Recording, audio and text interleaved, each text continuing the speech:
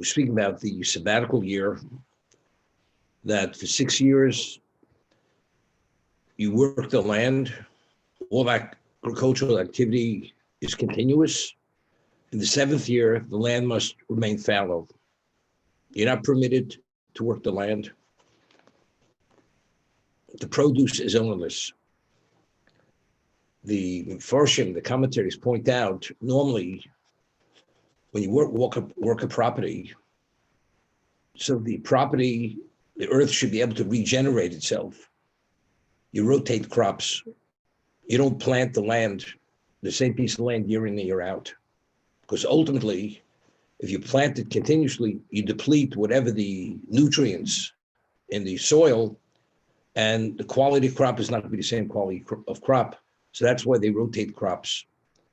However, the Torah tells us here that you plant the land continuously, consecutively, 6 years, 7th year remains fallow. That although the way you're attending to the needs of the earth, it's not normally a way a farmer would plant, because continuously you're depleting the property, the land. Nevertheless, what's going to be the quality of the crop in the 6th year, which we'll discuss in a moment.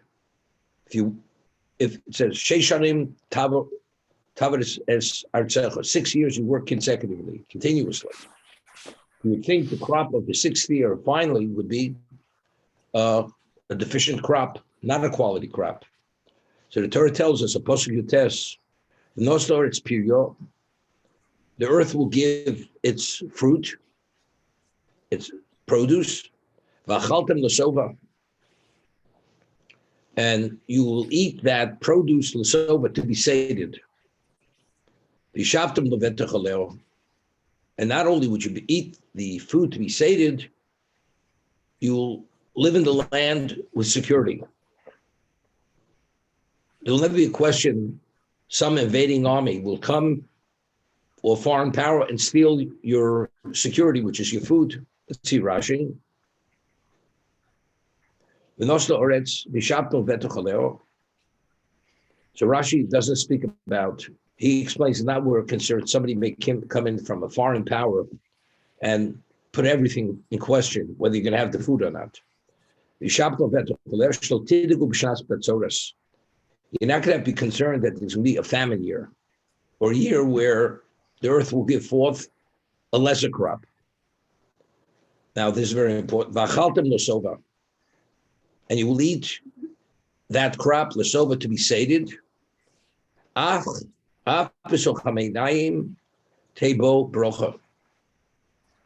the food you eat will be blessed in your innards.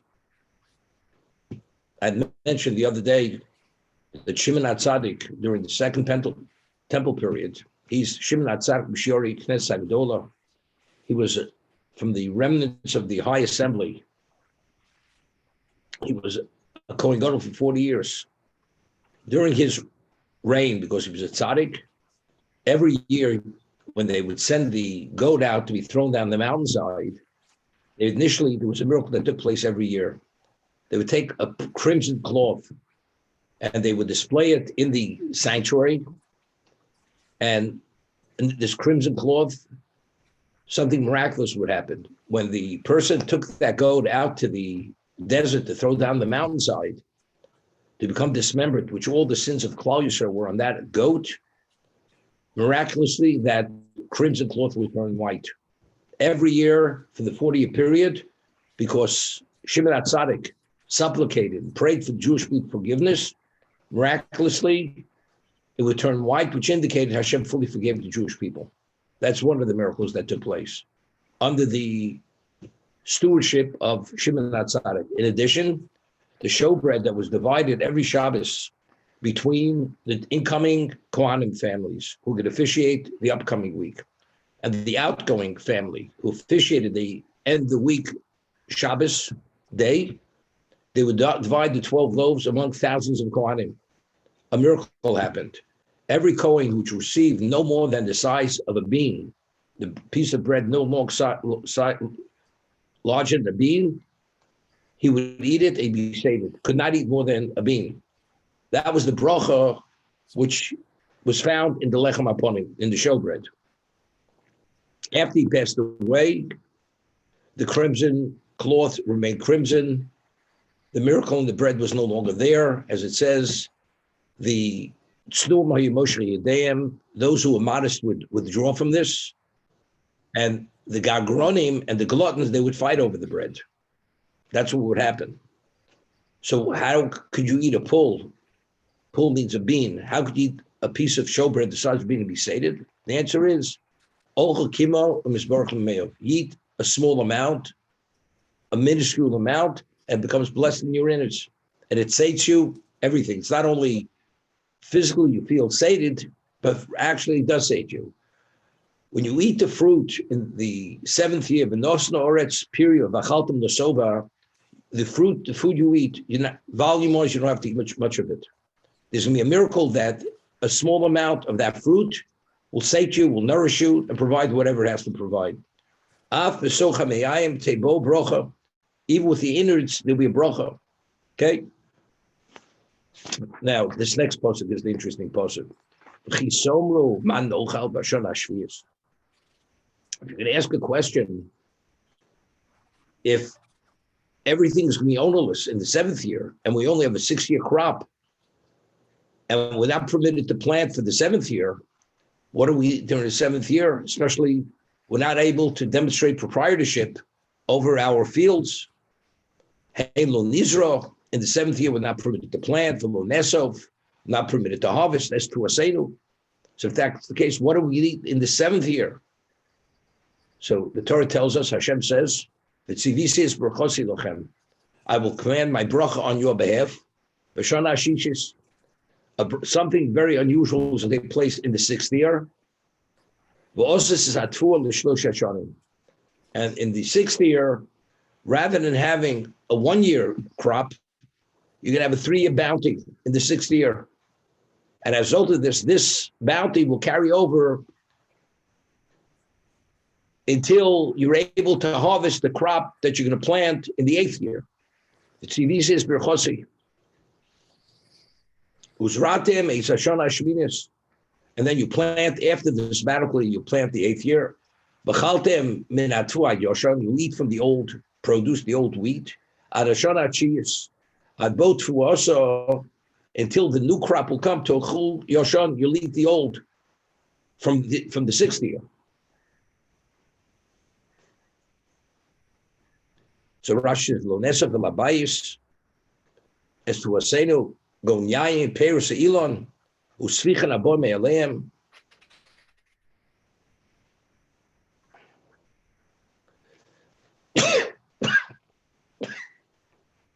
Excuse me. L'shlosha shonim l'ktsasa shishis minisan at Rosh Hashanah. Okay. So over here, there's a question. The Torah first says you will eat in the 6th year to a point you'll be sated. A miracle will take place. The eating less will be equivalent to eating more. And then when you ask the question, the chisomru manochal, when you ask the question, Hashem says, then I will command my blessing, you're going to have a 3-year yield. What does that mean? So over here,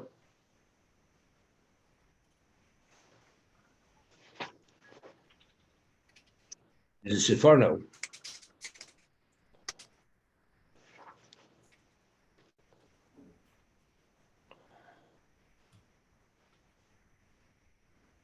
So first, what does it mean to say you will eat to be sated and you'll sit securely in your land? So Rashi, the Sefarno says, "Vishatem lovetacholeo lo sisu cherpas rov bagoyim." You're not going to be disgraced in the eyes of the nations. You're not going to have to leave your land to purchase grain, to import grain from elsewhere. You have to go with your hat in your hand to other nations, and you have to negotiate with them. They should sell you the grain because you don't have your own grain. You're going to be self-sufficient. Everything will be within Eretz Yisrael. Everything will be provided for you. That's l'shaptem v'betach. You go, you have to buy grain from outside of Eretz Yisrael. subject to their whims and their wishes. If they want to sell it, so everything is not so secure. We have the Mikros Kedos Chumash, the Siforno. If you question Hashem, Hashem says you'll be sated. But a person said, normally when we eat our crop, you normally need every year, you have to eat a certain volume. What does it mean to say we'll eat less and it'll be equivalent of more? You question that. How's it possible? If you question, this will be a question to you.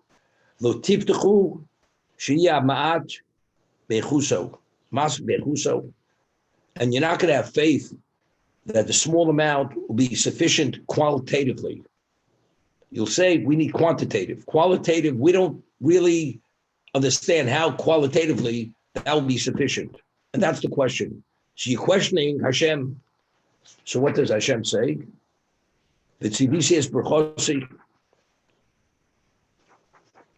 I will command my bracha that visually you'll see a 3-year yield. If you don't believe, you don't have the faith that the less is going to be equivalent of more, Hashem says you'll see for yourself before your own eyes, you'll have a 3-year yield in the 6th year, which will carry you until you're able to harvest the planting after the sabbatical year. Now, how do we understand this? If you don't ask the question and you have faith in Hashem, the less is more. Qualitatively, the smaller volume is the equivalent of the greater volume. But if you ask the question, you don't have bitochon, you don't have the faith, then Hashem says, I will give you the quantitative amount, which is a 3-year yield. What is it all about? I had once mentioned, and it's we had in Bav Mitzvah, the Torah tells us that based on a pasuk,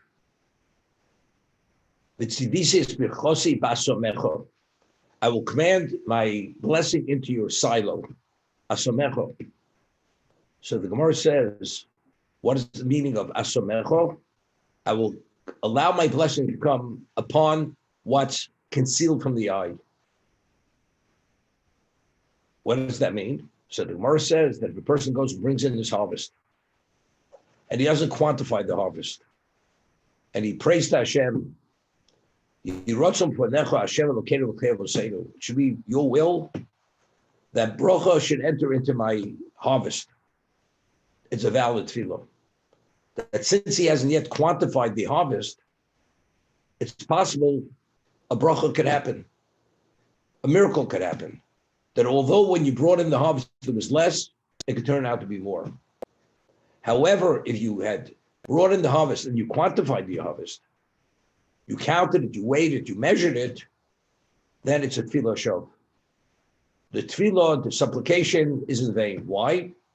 Because eina brocha chal elodov hashamim v'nayim. Brocha only comes upon something which is concealed from the eye, not something which has been weighed, counted, or measured. If it's midah, mishkol, midah means it's measured, mishkol, or counted, bracha cannot come upon it. This is what the Torah is alluding to when it says asomecha. It's only davar asomi v'nayim, from the word sumo, something which is concealed from the eye, only that bracha can come upon. Something which was quantified cannot happen. So I mentioned the Maral of Prague explains why. He says, what's the difference between something in the spiritual realm, something in the physical realm? Everything in the physical realm is finite. The spiritual realm is not finite. But the Gemara says that there was a miracle, one of the miracles that took place in the Beis Hamikdash, that when the Jews would go on Yom Kippur, and the sanctuary was filled with Jews, where literally they were pressed together. They would stand pressed, but when they would hear the Shem HaMeforosh, the name of Hashem being enunciated by the Kohen Gadol Yom Kippur, they would when they would prostrate themselves, there'd be enough room. Full prostration. Here, when they're standing erectly, they're pressed. But when it's time to prostrate themselves, how's it possible? One moment, you press to the point that if you lift up your feet, you're not going to fall because you're pressed between your fellow two people to each side of you. But when you have to bow because you hear the Shema Meforosh, name of Hashem being enunciated, there's sufficient room for full prostration. It's a miracle. That was one of the miracles of the Beis Hamikdash. But you realize when they had room to prostrate themselves, if you stood on the outside wall, outside, you didn't see the walls expanding. But rather, there was enough room. How's it possible? Because the whole concept of limitation based on being finite has no relevance to the Beis Hamikdash. Although the physical makeup of the Beis Hamikdash, the material was physical, but its context was spiritual. And because the context was spiritual, the whole concept of limitation has no relevance.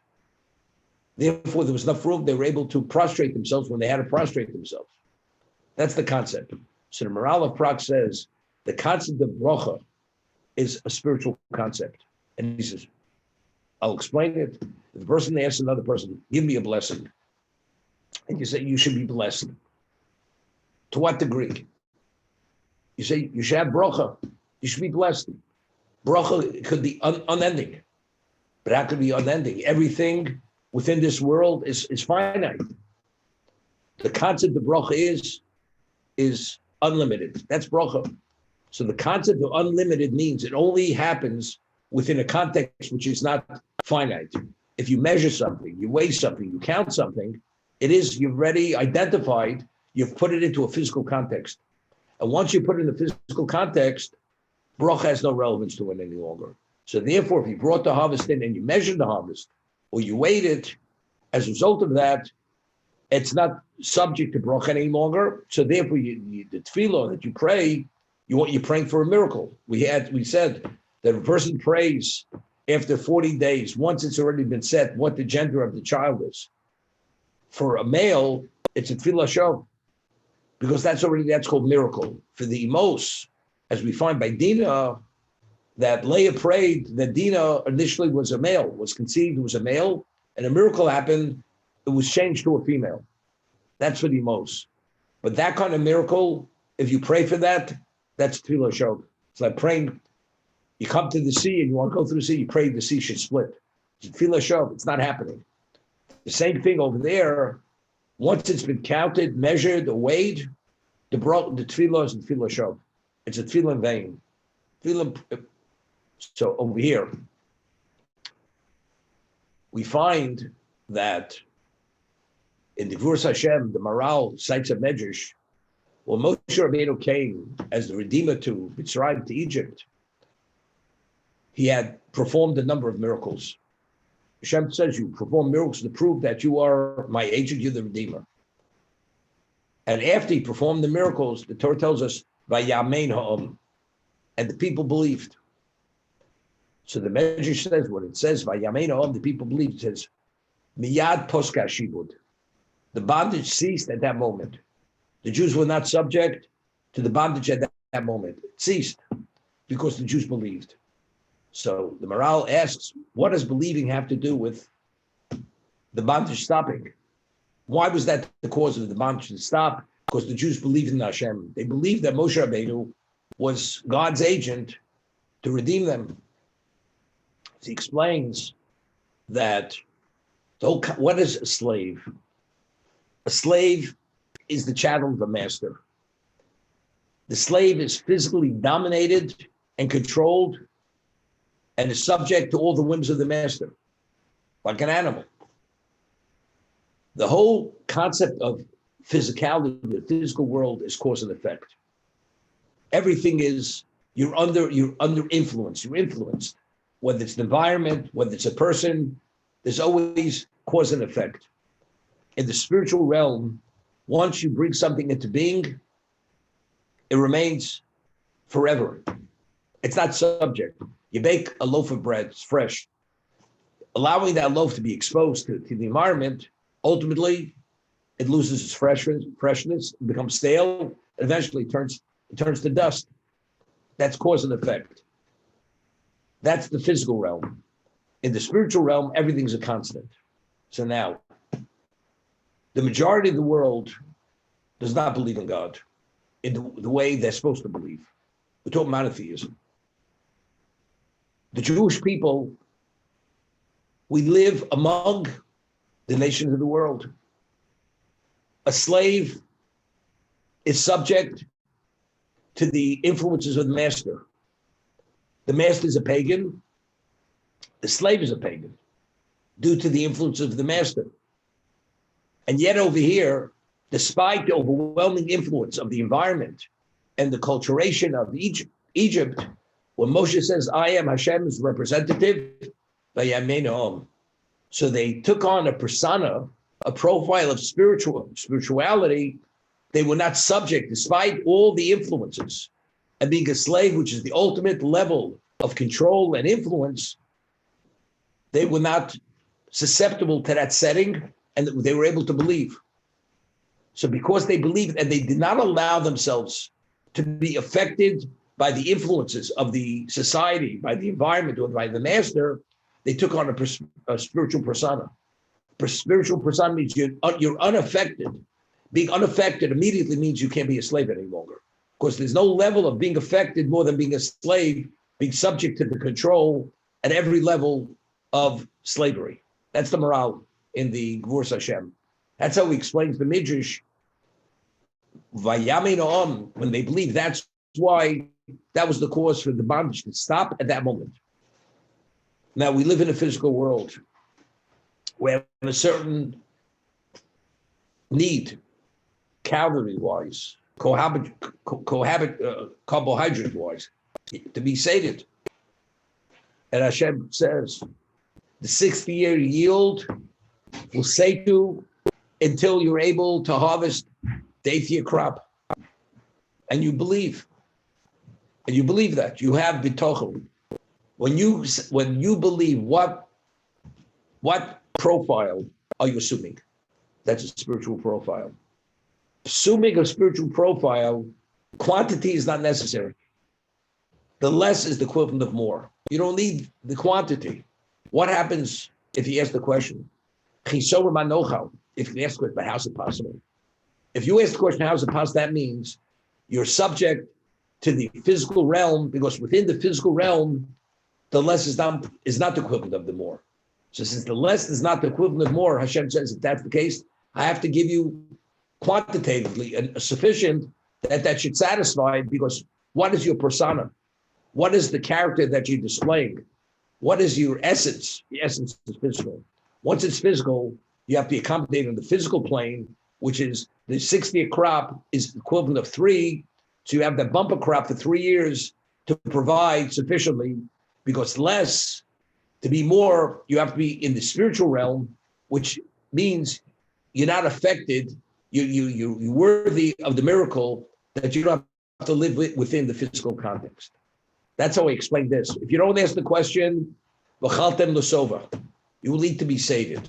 If you ask the question, that means you say, but how is it possible?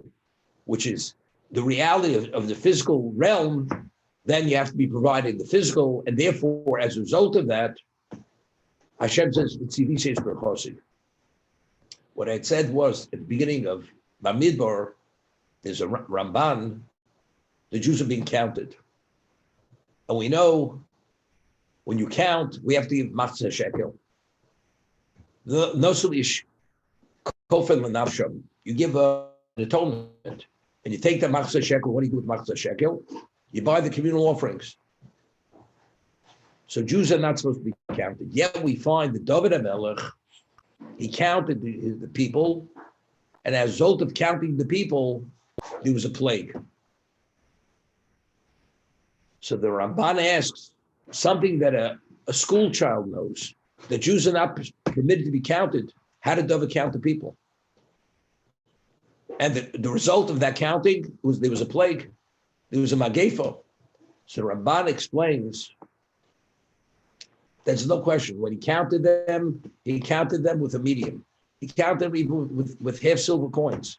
However, you're only permitted to count the Jews when you're going out to war to see if you have a sufficient standing army to go to war. Because we have a principle in Somchan on this. We don't rely on miracles. However, under normal circumstances, to see how many subjects do you have, which is an unnecessary counting, therefore, there was plague. That's the Ramban. Because the Torah says, he quotes a posting, it says, Lo Yisofim Mirov. The Jews should not be counted because of their abundance. Lo Yisofim Mirov. So I ask the question, if Hashem says Lo Yisofim Mirov, if it means they should not be counted because they're so numerous, so if that's the case, as much as you count them, they're not quantifiable. And if they are quantifiable, so you could count, so that they're quantifiable. So what does Lo Yisofim Mirov mean? No, you should not count them to know their number because they are rove. What does that mean? What is the value of the spiritual people? The value of spiritual people is not our quantitative number. Our power and value lies because we're the Am Hashem, because we are God's people. And we read in next week's Parsha that if you follow my statutes, when you go to war, one Jew will pursue 1,000 of the enemy. How's it possible? The numbers are not possible. One will pursue 1,000. Meaning, if you live within the spiritual realm, numbers mean nothing. That even one person is able to pursue 1,000 of the enemy. But if you don't, it'll be to the contrary. One of the enemy will pursue 10,000 of you to that degree. To teach you that numbers mean nothing. Now, what does it mean numbers mean something? Numbers mean something means that you value the quantitative context. When David counted the Jews, he wanted to know how many subjects he has. But the answer is, it's irrelevant. If you're the king over the Am Hashem, your number is irrelevant. The value of the Jew is qualitative, not quantitative. Our power doesn't lie in our number. Our power lies in to what degree we connected to Hashem. When Hashem said to the others, your children will be kochei hashamayim l'rov. They'll be like the stars of the heaven. What does that mean? And as you can't count the stars of the heaven, you're not going to be able to count the Jewish people. But factually, we can be counted. The numbers are quantifiable.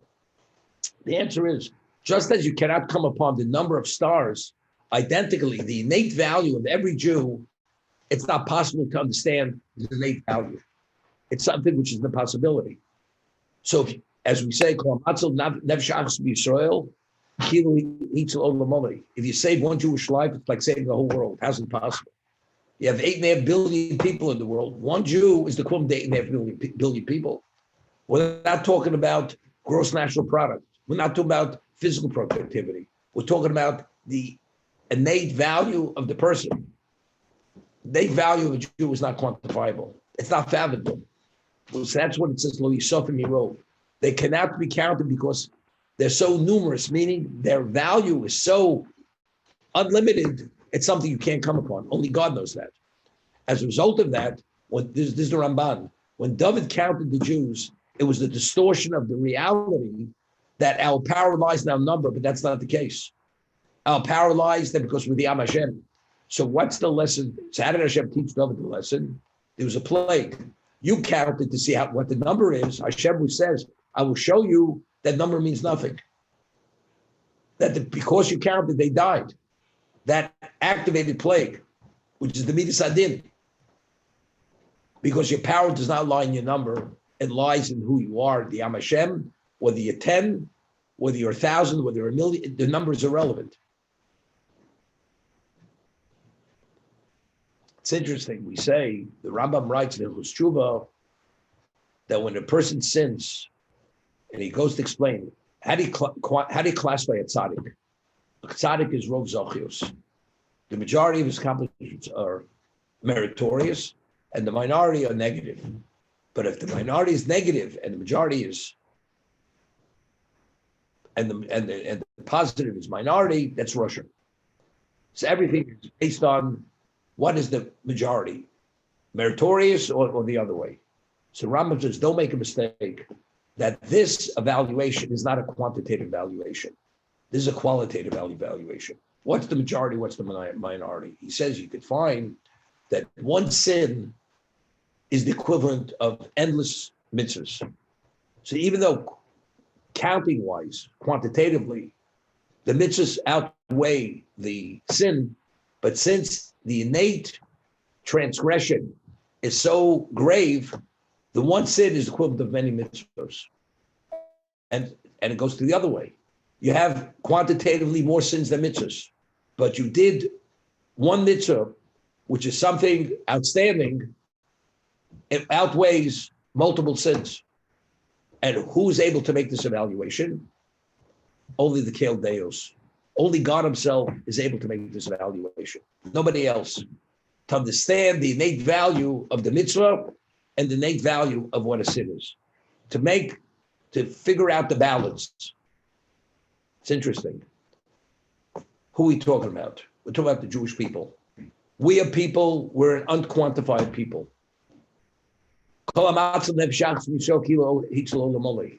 Saving one Jew is like saving a world. So it's clear our value is not our quantitative value, but it's our core component, which is our neshama. The neshama of a Jew, as I mentioned in Rav Chaim Voloshin, that the greatest angel cannot fathom the dimension of a Jewish soul. So what that soul generates, mitzvah in the positive and chas v'sholom, sin in the negative, what it generates is something which cannot be understood or evaluated by anyone other than God himself. Even a malach, an angel, cannot quantify that. Only the Kael Deos, the God who's the all-knowing God, only he can make this evaluation. Because since the essence of the Jew is spiritual and its context is only physical, therefore the consequence and the ramifications of his actions are not to be understood what they are. And that's the idea. You will eat, it will sate you, it will nourish you. That's only if you don't ask the question. If you don't ask the question, that means you're not influenced by the world's understanding that everything's quantity. That's a spiritual persona. When you take on that spiritual persona, then you're not subject to the finite, to the physical. But when you ask the question, that means you are impacted by the physical and you live as a physical person, that everything's based on quantification, quantity. If that's the case, it's what I need the tzivisi berchosi. I have to command my bracha that in the 6th year, you can have a 3-year crop quantitatively to carry you into the harvesting of the planting of the 8th year. This